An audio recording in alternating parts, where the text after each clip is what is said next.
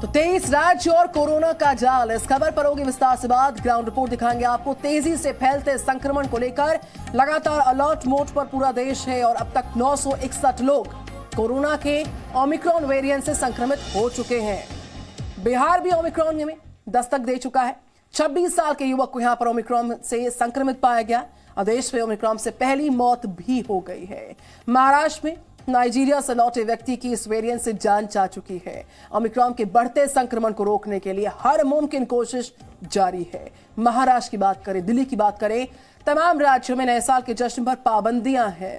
UP में, कर्नाटक में, तमाम प्रदेशों में नाइट कर्फ्यू लगे हुए हैं, लेकिन संक्रमण का जो आंकड़ा है, संक्रमण का दायरा बढ़ता जा रहा। तो बिहार की बात करेंगे। सबसे पहले ओमिक्रॉन संक्रमण का पहला केस यहां पर सामने आया। पटना में 26 साल का युवक संक्रमित पाया गया और 23 राज्यों में फैला ओमिक्रॉन का संक्रमण लगातार पांव पसार रहा है। 26 साल का युवक ओमिक्रॉन से संक्रमित पटना में पाया गया। ये इस वक्त की बड़ी जानकारी बिहार से आती हुई।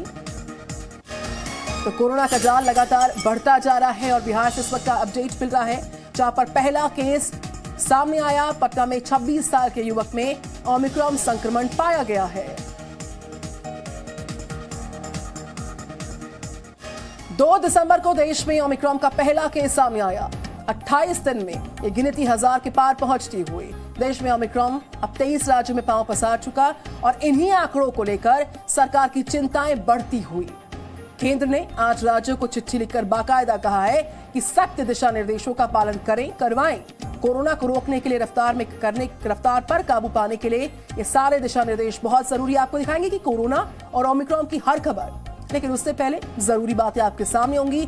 हम इस बात को जानते हैं कि ओमिक्रॉन को लेकर आपके मन में बहुत सारे सवाल होंगे और हर जानकारी हम आप तक लगातार पहुंचाते हैं। हम आपको डराएंगे नहीं, समाधान बताएंगे। कोरोना के इस नए वेरिएंट के लक्षण क्या हैं, आपको क्या करना है, आपको क्या नहीं करना है, ये सब कुछ हम आपसे शेयर कर रहे हैं, क्योंकि हम सिर्फ ओमिक्रॉन की खबर के जरिए सनसनी बिल्कुल नहीं फैलाएंगे।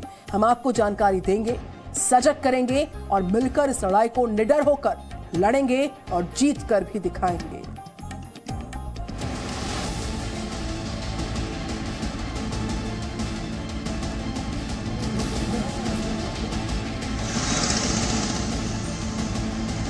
साल के आखिरी महीने की शुरुआत में ओमिक्रॉन भारत पहुंचा था और सिर्फ 28 दिनों में ही ओमिक्रॉन का आंकड़ा देश में 1000 के करीब पहुंच गया है। ओमिक्रॉन के साथ ही देश में कोरोना के अन्य वेरिएंट्स के मामले तेजी से बढ़ रहे हैं। पिछले 24 घंटे में दिल्ली में 1000 से भी ज्यादा केस आए हैं। महाराष्ट्र में कोरोना के 5000 से भी ज्यादा केस सामने आए हैं। इनमें 3500 से ज्यादा केस तो अकेले मुंबई से हैं। पश्चिम बंगाल में भी ओमिक्रॉन के मामले पिछले 24 घंटे में दोगुने हुए हैं। यहां 2218 नए केस आए हैं, जिनमें से 1090 केस अकेले कोलकाता के हैं। कोरोना और ओमिक्रॉन के बढ़ते मामलों को देखते हुए 10 से ज्यादा राज्यों में नाइट कर्फ्यू लगा दिया गया है। कोरोना गाइडलाइंस का पालन नहीं करने वालों के खिलाफ प्रशासन कार्रवाई भी कर रहा है। पूर्वी दिल्ली के सीलमपुर साप्ताहिक बाजार में कोरोना नियमों के उल्लंघन को देखते हुए स्थानीय एसडीएम ने एक्शन लिया। बाजार को 2 दिनों के लिए बंद किया गया है। आज रात 10 बजे तक ये मार्केट बंद रहेंगे। पश्चिम बंगाल सरकार ने 3 जनवरी से अगली सूचना तक ब्रिटेन से कोलकाता के लिए सभी सीधी उड़ानों को फिलहाल के लिए निलंबित करने का फैसला किया है। ओमिक्रॉन की आहट को देखते हुए झारखंड सरकार ने कोरोना टेस्टिंग की संख्या बढ़ा दी है। पीएसए प्लांट भी करीब 60 लग चुके हैं, 12 के करीब वो भी ऑनलाइन है। 8 आरटीपीसीआर मशीन हमने लगा दिया है। 8 आरटीपीसीआर मशीन हमारी जो है लगने जा रही है, तो हम पूरी तरीके से चाक चौबंद है। 3 जनवरी से देश में बच्चों के वैक्सीनेशन भी शुरू होने वाले हैं और राज्यों में इसे लेकर भी तैयारी तेज कर दी गई है। कोरोना और खास तौर पर ओमिक्रॉन वेरिएंट का खतरा बढ़ता ही जा रहा है, इसलिए ये बेहद जरूरी है कि कोरोना नियमों का सख्ती से पालन किया जाए, ताकि देश दूसरी लहर जैसी तस्वीरें दोबारा न देखे। ब्यूरो रिपोर्ट, जी मीडिया। तो दिल्ली में एक तरफ कोरोना की लड़ाई के लिए तैयारियां तेज कर दी गई, पाबंदियां वापस लौट आई हैं, लेकिन पाबंदियां लोगों के लिए परेशानी का सबब साबित हो रही है, खास तौर पर दिल्ली जैसे बड़े शहर के लिए। जो यहाँ पे रहने वाले लोग हैं, इन पाबंदियों से परेशान हैं। लगातार मुसीबत का सबब ये पाबंदियां उनके लिए साबित हो रही हैं, क्योंकि दफ्तर जाने की छूट तो दे दी गई, लेकिन वहां तक पहुंचने के साधन सीमित कर दिए गए।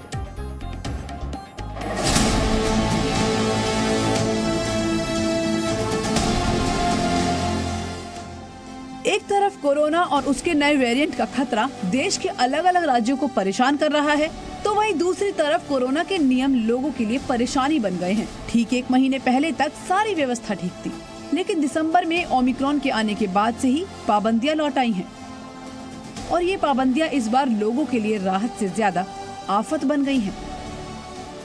और अचानक से बंद किया है ना, तो थोड़े से प्रॉब्लम तो हो ही रही है सर। बस नहीं आ रही है, जो आ रही है उसमें वही मतलब एक सीट पे एक बंदा, तो काफी दिक्कत हो रही है। हालात ये हो गए हैं कि लोग 1 घंटे से भी ज्यादा देर से अपने ऑफिस पहुंच रहे हैं और घर लौटते समय भी उन्हें कुछ इसी तरह की परेशानी हो रही है। सेंट्रल सेक्रेटरीट की ही मैं बात करूं तो यहाँ पर लोग काफी लंबे समय से इंतजार कर रहे हैं। कुछ लोगों से बात करते हैं। सर, क्या नाम है आपका?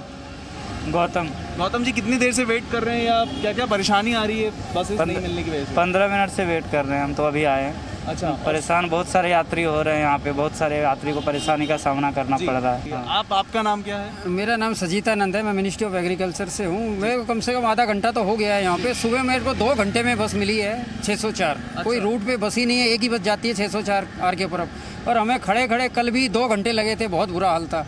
और ये सरकार सोचती नहीं है कि करने से पहले थोड़ा इसका हल तो निकालना चाहिए। प्राइवेट बसें लगी थी वो। Presenting B News app available on Google Play and App Store. Download it now.